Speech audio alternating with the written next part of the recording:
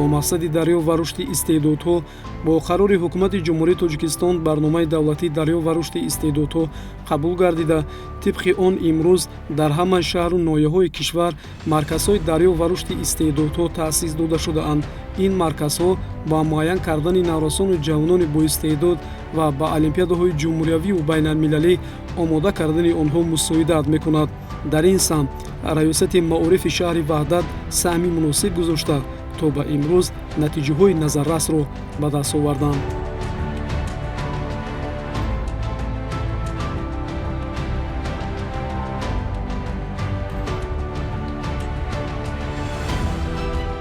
ман тӯли 5 сол мешавад ки дар озмун ва олимпиадаҳо иштирок намудам, аз ҷумла озмуни ҷумҳуриявӣ илм фуруғи маърифат, олимпиадаҳои фаннӣ аз фанни биология дар сатҳи минтақавӣ ва ҷумҳуриявӣ, инчунин дар озмуни хонандаи сол.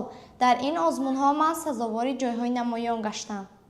ман аз пешвои миллат муҳтарам Эмомалӣ Раҳмон барои ин ҳама шароитҳое ки барои хонандагон фароҳам овардааст миннатдории худамро баён менамоям ва дар оянда мехоҳам як табиби муваффақ шавам, то ба халқ ва миллати худ хизмат намоям. инҷо раёсати маорифи шаҳри ваҳдат мебошад. тибқи маълумоти масъулини соҳа дар соли 2026 як гурӯҳ хонандагони муассисаҳои таълимии шаҳри ваҳдат дар озмуну олимпиадаҳои сатҳии ҷумҳуриявӣ ва байналмилалӣ фаъолона иштирок намуда танҳо тавассути илму дониш ба гирифтани ҷойҳои назаррас сазовор гаштанд. соҳаи маориф имрӯз дар сиёсати роҳбари давлат асосгузори суҳбати ваҳдати миллӣ пешвои муаззами миллат президенти ҷумҳурии Тоҷикистон муҳтарам Эмомалӣ Раҳмон соҳаи калидӣ эълон гардидааст ва имрӯз соҳаи маориф дар шаҳри ваҳдат дар асоси ин дастуру супоришҳои пешвои муаззами миллат рӯ ба тараққӣ нёдааст. аз ҷумла дар шаҳри ваҳдат 17 муассисаи таҳсилоти томактабӣ фаъолият мекунад ки 16 таи он давлатӣ буда, як муассисаи томактабӣ бо забони русӣ фаъолият мекунад. дар муассисаҳои таълимии томактабии шаҳри ваҳдат 2999 нафар кӯдак аз ҷумла 1308 нафар кӯдак дар ба таълиму тарбияи томактабӣ фаро гирифта шудааст. дар назди маркази рушд ва дарёфт ва рушди истеъдодҳои назди раёсати маориф ки соли 2021 ба ҳамчун мустақилияти молиявӣ дода шудааст фаъолият мекунад. дар ин назди ин марказ маҳфилҳои фаннӣ оид ба фанҳои дақиқ бароҳ монда шудааст ки дар он маҳфилҳо 160 нафар хонандаи боистеъдоди шаҳри ваҳдат ҷалб карда шудааст ки онҳо дар озмуну олимпиадаҳои фанҳои самти мазкур ки ҷойҳои намоёнро ишғол мекунанд. ҳамчунин олимпиадаҳои фаннӣ дар байни хонандагони муассисаҳои таълимии шаҳри ваҳдат синфҳои 5-11 ҳамасола бароҳ монда шудааст ва ҳам аз фанҳои ҷамъиятӣ гуманитарӣ ҳам аз фанҳои табиӣ риёзӣ ва ки имсол дар шаҳри ваҳдат дар даври муассисавӣ 7300 нафар хонанда аз ин фанҳо иштирок карданд ва онҳо ба даври шаҳрӣ 4210 нафар роҳхат гирифтанд. аз ин шумораи зикршуда ба даври минтақавӣ 447 нафар хонанда роҳ ёфтанд ва дар даври минтақавӣ сазовори 90 ҷойи ифтихорӣ гардиданд. дар замони соҳибистиқлолии кишвар соҳаи маорифи шаҳри ваҳдат низ рушд карда дар ин ҷода як қатор муассисаҳои нави муосир бо тамоми лавозимоти хониш бунёд ёфтааст. имрӯз муассисаҳои навбунёдшуда дорои кабинетҳои фаннӣ ва озмоишгоҳҳои муҷаҳҳази таълимӣ мебошад ки бо истифода аз ин имконоти муносиб раванди таълиму тарбия ва омӯзиши технологияи муосир бароҳ монда шудааст. солҳои охир хонандагони боистеъдод ва болаёқати муассисаҳои таълимии шаҳри ваҳдат дар озмун ва олимпиадаҳои сатҳи шаҳрӣ, ҷумҳуриявӣ ва байналмилалӣ иштирок намуда тавассути таҳкими ҷаҳонбинии илмӣ дар арсаи байналмилалӣ Тоҷикистонро муаррифӣ намуданд. бо ташкил намудани озмун ва олимпиадаҳои зеҳнӣ ҷалби бештари наврасону ҷавонон ба омӯзиши фанҳои табиатшиносӣ, дақиқ ва риёзӣ, инчунин саҳмгузорӣ дар амалисозии барномаи рушди фанҳои табиатшиносӣ, дақиқ ва риёзӣ дар ҷумҳурии Тоҷикистон мебошад.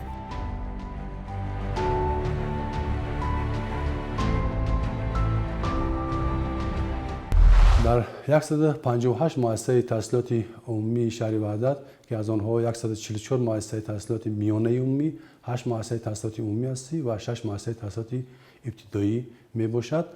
تعلیم تربیت طبق سندهای معیاری حقوقی برآورده شده است.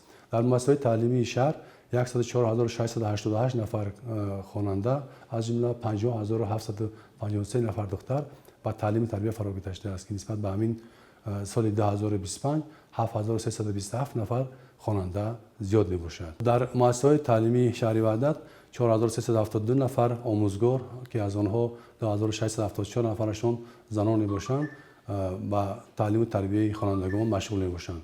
این شماره 3192 نفر یعنی 73.1% آموزگاران با تحصیلات عالی آموزگاری فعالیت میکنند. قرار حکومت جمهوری تاجیکستان از 30 ایولی سال 2020 با رقم 427 نقشه چهاره‌بینی برای سال 2020-2025 اوید به عملی گردانی 20 ساله آموزش و رشد فن‌های طبیعت شناسی دقیق و ریاضی در ساحه علم معارف اعلان شدن سال 2024 به تصویب رسیده بود و طبق این نقشه چهاره‌بینی ریاست معارف فعالیت کرده در سمت فن‌های دقیق کارهای تعلیم و تربیت را به پیش برد.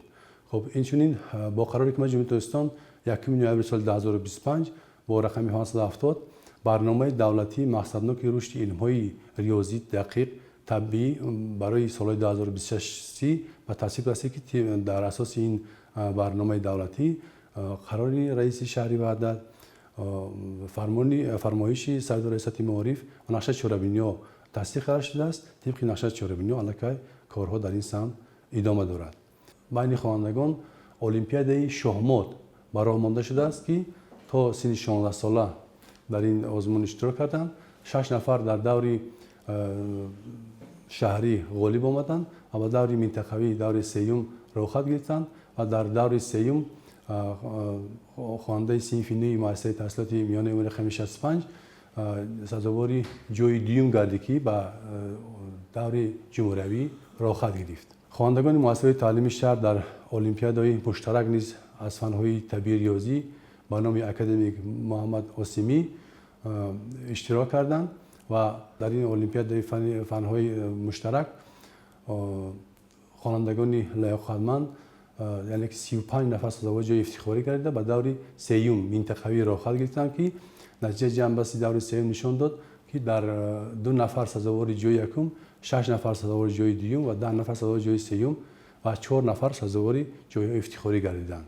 در دور جمهوری از فن شیمیا جای سیوم اشغال کردم و سزاوار مدال برنجی گردیدم. سال 2025 در آزمون علم فروغ معرفت در دور منطقویش من سزاوار جای دوم شدم و منتداری به پدر مادرم دارم.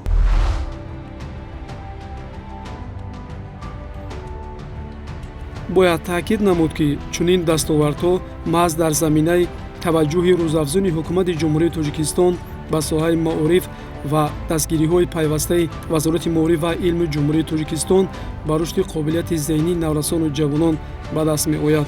фароҳам овардани шароити мусоид барои иштирок дар олимпиадаҳои байналмилалӣ, омодасозии хонандагони болоёқат ва дастгирии ташаббусҳои илмӣ аз ҷумлаи тадбирҳое мебошад ки барои баланд бардоштани нуфузи маорифи миллӣ дар арсаи ҷаҳонӣ мусоидат менамояд. маъмурияти муассисаҳои таълимии шаҳри ваҳдат низ ин пирӯзиҳоро ҳамчун натиҷаи заҳмати содиқонаи хонандагон, омӯзгорон, волидайн ва дастгирии пайвастаи вазорати маориф ва илми ҷумҳурии тоҷикистон арзёбӣ намуданд.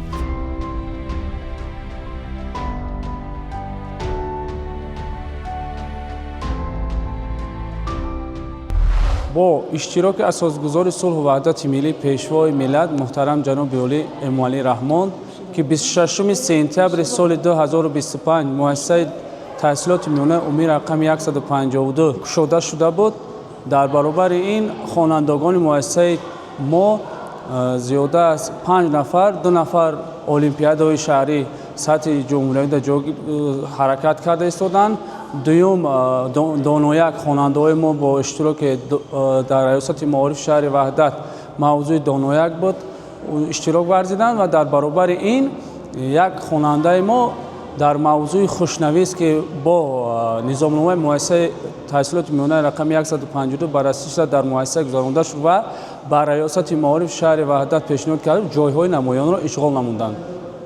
در برابر این یک نفر خواننده ما در کوت پرزیدنتی جای نمایان را گرفت.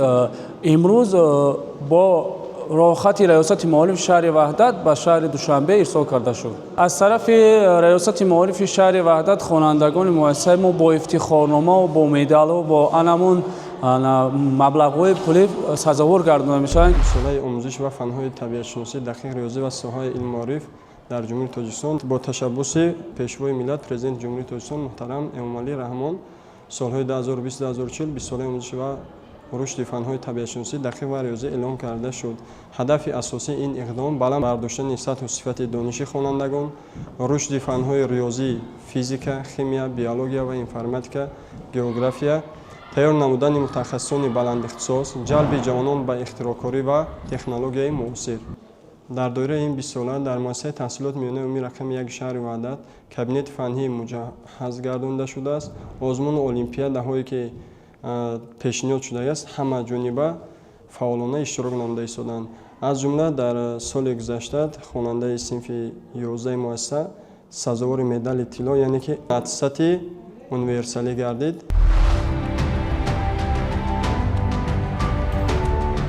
تعلیم و تربیت نسل جوان با استعداد یکی از هدف‌های اساسی ساحه معارف محسوب می‌یابد، زیرا محض کادرهای بالیاقت و صاحب استعداد می‌توانند برای رشد بی‌میلان ساحه اقتصادی و اجتماعی جمهوری سهمگذار باشند. برنامه دولتی دریافت و رشد استعدادها برای سال‌های 2021-2025 که با قرار حکومت جمهوری تاجیکستان تصدیق شده است، مهمترین جنبه‌های نظام دریافت، دستگیری و رشد استعدادها را فرا می‌گیرد.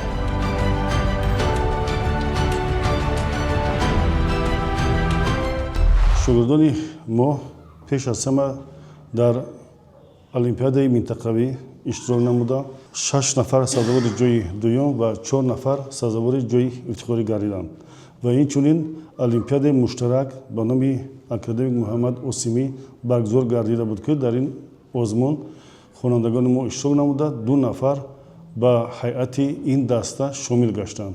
در مؤسسه کابینت فیزیکا، کابینت بیولوژیا، کابینت تکنولوژی اطلاعاتی مجهز گردانده شده است و کابینت فیزیکا پورا با موادهای لابراتوری و اینچنین کابینت بیولوژیا نیز با موادهای لابراتوری برای گذراندن کارهای عملی لابراتوری مجهز گردانده شده است. شاگردان ما در المپیادها مخصوصا از فن‌های طبیعی ریاضی در المپیادها سزاوار جایهای نمایان می‌گردند. باید قید کرد که برای باز هم بهتر خوبتر برای ماندن سطح و صفت تعلیم خب در آینده نیاز داریم که خب بعضی مودی تکنیکی رو بهتر خوبتر کنیم. خوانندگان در المپیادها سزاوار جای نمایان می‌گردند از طرف مؤسسه، یعنی امتیازها با آنها داده می‌شود. مثلا امتیازها خب در مؤسسه آنها رایگان تحصیل می‌نمایند.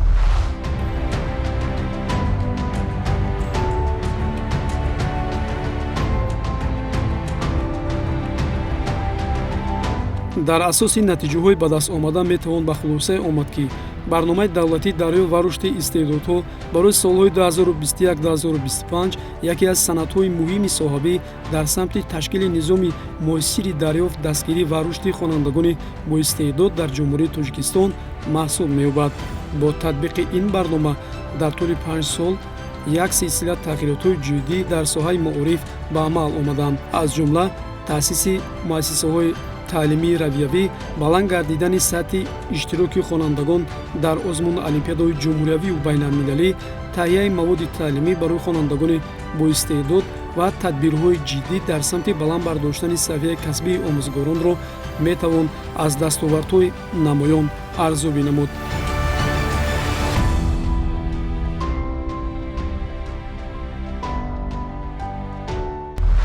در ریاست معارف شهر وحدت مرکز متدی ریاست معارف مؤسسه دولتی مرکز تحلیل اطلاعات و تکنولوژی رقمی نزد ریاست معارف، مرکز ایجادی کودکان و نورسان نزد ریاست معارف، مرکز دریافت و رشد استعدادهای نزد ریاست معارف فعالیت نموده ایستادند که در این مرکزها عاید баланд бардоштани савияи дониши хонандагон маҳфилҳо амал мекунанд ки пайваста дар озмуну олимпиадаҳои сатҳи шаҳрӣ, сатҳи минтақавӣ ва дар сатҳи ҷумҳуриявӣ хонандагонашон пайваста иштирок намуда ва сазовори ҷойҳои намоён мегарданд.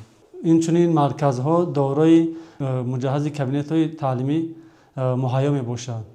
марказҳои назди раёсати маориф дар омода намудани хонандагон иштироки онҳо дар озмуну олимпиадаҳои сатҳи ҷумҳурӣ бисёр назаррас аст. қайд кардан ба маврид аст ки хонандагон дар сатҳи ҷумҳуриявӣ иштирок намуда аксарияти онҳо сазовори ҷойҳои якум, дуюм ва сазовори ҷойи ифтихорӣ, инчунин сазовори медали тилло, нуқра ва биринҷӣ гашта истоданд. дар маркази методии раёсати маорифи шаҳри ваҳдат мутахассисони пуртаҷриба кору фаъолият намуда истодаанд ки ҳар як мутахассис вобаста ба самти фанҳои таълимӣ дар ҳама чорабиниҳо ва семинар-машваратҳои омӯзишӣ оид ба роҳу усули фаъоли таълим бо омӯзгорон ва муовинони директор оид ба корҳои таълим, корҳои фаҳмондадиҳӣ доир менамоянд. раёсати маорифи шаҳри ваҳдат оиди рӯҳбаланд намудани хонандагон пайваста кӯшишҳо намуда истодааст. ҳамаи он хонандагоне ки дар озмуни олимпиада чӣ дар сатҳи шаҳрӣ ва чӣ дар сатҳи минтақа ва ҷумҳурӣ баргузор мегардад, ҳамаи онҳо аз тарафи раёсати маорифи шаҳри ваҳдат қадрдонӣ карда ва бо тӯҳфаҳои хотирмон қадршиносӣ карда мешаванд. дар натиҷаи рақобати шадиди зеҳнӣ дар олимпиадаҳои доиршуда хонандагони муассисаҳои таълимии шаҳри ваҳдат ба дастовардҳои беҳтарин сазовор гардиданд. ин дастовард бозгӯи сатҳи баланди омодагии таълимӣ, қобилияти таҳлил ва заҳмати пайвастаи хонандагон ва омӯзгорон мебошад. бояд таъкид намуд ки чунин дастовардҳо маҳз дар заминаи таваҷҷӯҳи рӯзафзони ҳукумати ҷумҳурии тоҷикистон ба соҳаи маориф ва дастгириҳои вазорати моориф ва илми ҷумҳурии тоҷикистон ба рушди қобилияти зеҳнии наврасону ҷавонон ба даст меояд. бояд гуфт ки фароҳам овардани шароити мусоид барои иштирок дар олимпиадаҳои байналмилалӣ омодасозии хонандагони болоёқад аз ҷумлаи тадбирҳое мебошад ки дар ин самт имкониятҳои муносиб фароҳам оварда шудааст. вобаста ба барномаи омӯзиш ва рушди фанҳои табиатшиносӣ дақиқ ва риёзӣ дар солҳои илму маориф эълон намудаи соли 2020-2040 чӣ хеле ки қайд кардан дар раёсати маорифи шаҳри ваҳдат фармоиш ва нақша чорабиниҳо аз 30 банд иборат буда дар ин замина дастрасии муассисаҳои таҳсилоти миёнаи умумии шаҳри ваҳдат гардидааст. бояд қайд намоям ки дар ин раванд тибқи яке аз бандҳои нақшачорабинии барнома ҳар ҳафта дар байни омӯзгорони фанҳои табиӣ риёзӣ бахусус математика ва физика, биология, химия ва дигар фанҳо семинар-машваратҳои доими амалкунанда ташкил ва баргузор мегардад. Семинар-машваратҳои доими амалкунанда вобаста ба минтақа ва ҷамоатҳои деҳот ҳар ҳафта як маротиба рӯзҳои чоршанбе баргузор мегардад ки омӯзгорони фаннӣ дар ин машваратҳо иштирок намуда вобаста ба барномаи таҳия гардида пешниҳоди дарсҳои кушод, ташкил намудани конференсияҳои илми амалӣ вобаста ба ин барнома ва як қатор чорабиниҳо, вохӯриҳо ташкил менамоянд. бояд қайд намоям ки дар ин семинар-машваратҳо аз омӯзгорон аз усулҳои фаъоли таълим, раванди салоҳиятнокии дарсҳо дар ин оид ба фанҳои табиӣ, риёзӣ ва дақиқ, маслиҳатҳои муфид пешниҳоди омӯзгорон мегардад. барномаи мазкур яке аз бандҳояш омӯхтани таҷрибаи пешқадами омӯзгорони фанни табиӣ риёзӣ мебошад ки аллакай дар раёсати маорифи шаҳри ваҳдат вобаста ба ин фанҳо омӯзгорони пешқадами омӯзиш намуда тариқи барномаҳои шабакаҳои фейсбукии раёсати маорифи шаҳр ва маҷаллаи ҳафтаинаи шамъи ирфон ифшо гардида дар байни омӯзгорон талқин карда мешавад. хонандагони маҳфил дар озмуни илм фуруғи маърифат дар даври ҷумҳуриявӣ сазовори ҷои ифтихорӣ гардиданд ва дар олимпиадаи минтақавӣ бошад сазовори медали тилло ва дар ҷумҳурӣ сазовори медали биринҷӣ яъне ҷои сеюм гардиданд. миннатдории худро ба асосгузори сулҳу ваҳдати миллӣ пешвои миллат муҳтарам эмомалӣ раҳмон мерасонем ки ба мо омӯзгорон ин шароити бениҳоят хубро муҳайё намуданд. яъне мо бо хонандагон омӯзгорон бисёр озмунҳоро барои мо пешниҳод намуданд, илм фуруғи маърифат ва дигар озмунҳо ки хонандагон метавонанд дар онҳо иштирок карда ба гирифтани сазовори ҷойҳои намоён мушарраф гарданд. имрӯз дар соҳаи маорифи шаҳри ваҳдат ба масъалаи баланд бардоштани мақоми иҷтимоии омӯзгорон, беҳтар намудани шароити моддию техникӣ, фароҳам овардани имкониятҳои рушди касбӣ таваҷҷӯҳи махсус равона шудааст. ҷорӣ намудани усулҳои инноватсионии таълим, роҳнамоӣ намудани хонандагони боистеъдоду болоиқатро ба озмунҳои зеҳнӣ, тарбияи насли дорои ҷаҳонбинии васеъ, ходшиносу ватандӯст низ дар оянда тадбирҳои муҳим боз ҳам андешида мешавад.